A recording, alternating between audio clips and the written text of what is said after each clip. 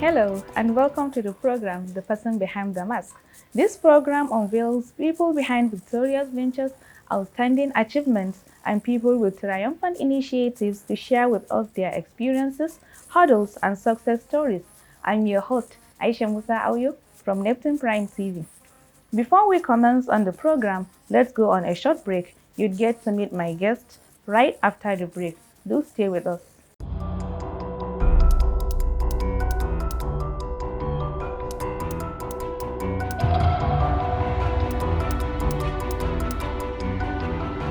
Welcome back and thank you for staying on the program The Person Behind the Mask on Neptune Prime TV. Today's guest is Dr. Maryam Al-Mustapha, a seasoned medical doctor and beautician, as well as a TikTok sensation who has become a household name due to her creative and educative medical content. As a matter of fact, she has become quite popular on our screen. Meet our guest, Maryam. Thank you, Ms. Aisha, for the wonderful introduction. I'm very happy to be here today. Our viewers would like to know more about you, from your background, your academic journey as a medical doctor, a marital status, and many more. The floor is yours. I was born and raised in Bauchi State for the most part of my life. That was where I attended nursery school, primary school, and about 80% of my secondary school. In 2010, I moved to Abuja. That was where I completed my secondary education. In the same year, 2012, I started my medical journey in the Royal College of Surgeons in Ireland, Medical University of Bahrain. So I went there from 2012. I received my medical education, and then I finished in 2018, which brings us to where we are today. Okay. Is the doctor married? No, not yet. Inshallah, soon though. You've been doing lots of TikTok videos on everyday health and medical issues. Just like many other people, Neptune Prime is impressed with your work as you choose to deviate from the conventional dancing on TikTok to posting things that improve and educate others on their health. What inspired you to start these videos? My inspiration came from my situation because in Nigeria, there's a lot of gaps and waiting. So when I first graduated from my medical school, I immediately wanted to pursue my specialty training so that I can move on ahead with my career. But unfortunately, with the situation of how everything was, there was a lot of waiting. So after my medical school, I had to wait for my qualification exam for my license. That was the MDCN exam. After that, I had to wait for export for my house job. After my house job, I had to wait for my NYSC, thanks to COVID. And then after my NYC, now I'm waiting for specialty training. So I just looked at my life and I was like, all this waiting. It was putting a lot of gap years in my journey. So I was like, why not just use this opportunity to make something? Because everybody knows, and it's an advice I always give anybody who wants to venture into medicine, especially in Nigeria, to have a plan B. So I was like, if I'm always telling people have a plan B, why not have a plan B myself? So I took that opportunity of all those gaps to create something that I can call my own. Which video do you think gave you more prominence? That's a very interesting question. I think the video that really boosted the popularity of my TikTok channel was the video about Danno, if you've heard of it, which is sleep paralysis. So a lot of people, I was surprised as to how many people gravitated towards that video because it's quite a relatable experience. So I think that was what grabbed people's attention. So is there any video you regret doing? As of now, well, I would say partially, because when I first started, no, you won't be perfect at the beginning. So when I first started, I was trying to get as much information into a 3-minute video because as of that time when I started, TikTok only allowed 3-minute videos. So, and medicine is such a vast field. There's a lot of information on every topic. So, for example, there was a video I made on flagell.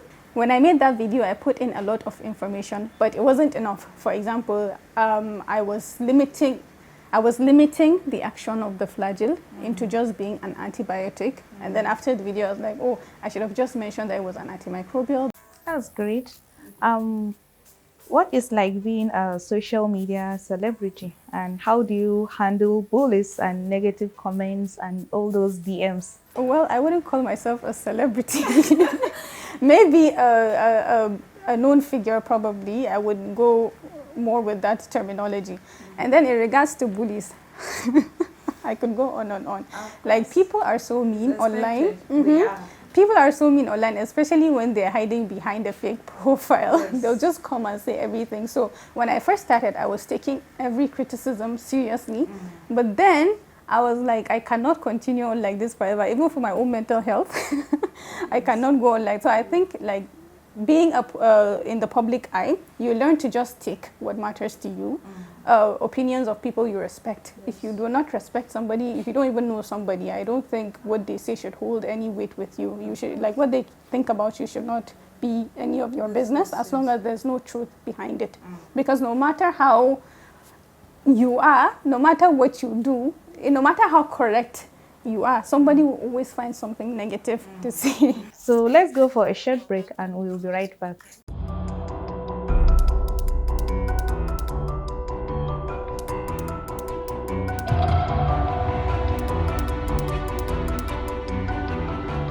If you are just joining us, the program is The Person Behind the Mask on Neptune Prime TV. Our guest today is Dr. Maryam Al-Mustapha. How did you respond to sudden popularity? Does it affect your family responsibility, your relationship, your studies?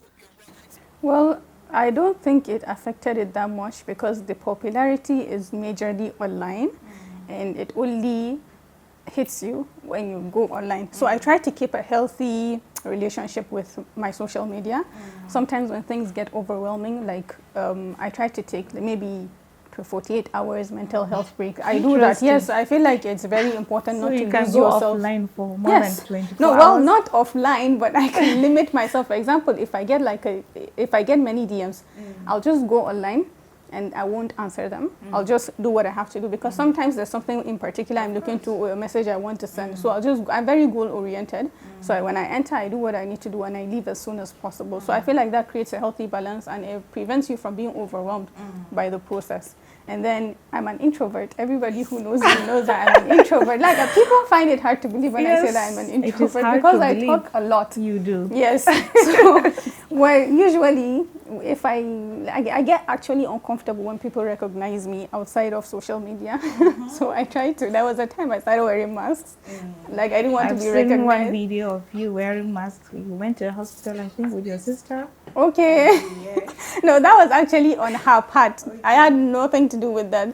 Yeah, so there was a time I started wearing masks, and I was like, it's not going to be forever. So let me just stop wearing this mask and just accept and embrace the whole process. So right now, I'm just like, if you recognize me, hi, I'll just do what I need to do and go. Okay, so what will be your advice to our young generation on TikTok?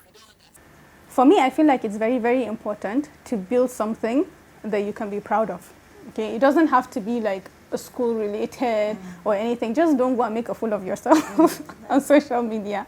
Like, some people just go in there to, dance. I actually hated TikTok when it first came out, because I used to see like a lot of young girls going there to do unnecessary things. It's your video that changed my view on TikTok. Wow, because really? I just thought That's all a they huge do is compliment. dance. Actually, I really hated TikTok at a point. But then I went on TikTok, I created an account, and then I was seeing, because TikTok, the algorithm shows you videos that you like. Yes. So I usually follow inspirational quotes. Everybody who knows me personally knows that Robert Kiyosaki is one of the people that I look for. So we all know that the TikTok algorithm gives you what you like. So based on the posts you like, it gives you more of that. So I've been following Robert Kiyosaki, and then I started seeing other inspirational self-help channels. So I was like, okay, so people that actually make content like this, and I was already doing picture content on Instagram. So I was like, why not just translate that and rehash that into my TikTok? So to anybody on TikTok or who wants to start TikTok, just make sure that it's something that you'll be proud of, and you won't be embarrassed 50 years in the future when you're shown that same video. Because sometimes it happens, like in the youth, the consequences of our actions do not translate until later on in life. So just make content. If you're a content creator, make content that you'll be proud of, even if it's 50 years down the line. That's the only advice I can give you. We should remember that the internet doesn't forget. Thank you very much for sharing your precious time and experience with us. We are glad to let our viewers know that Dr. Maryam's video will now be available on our YouTube channel and other social media handles.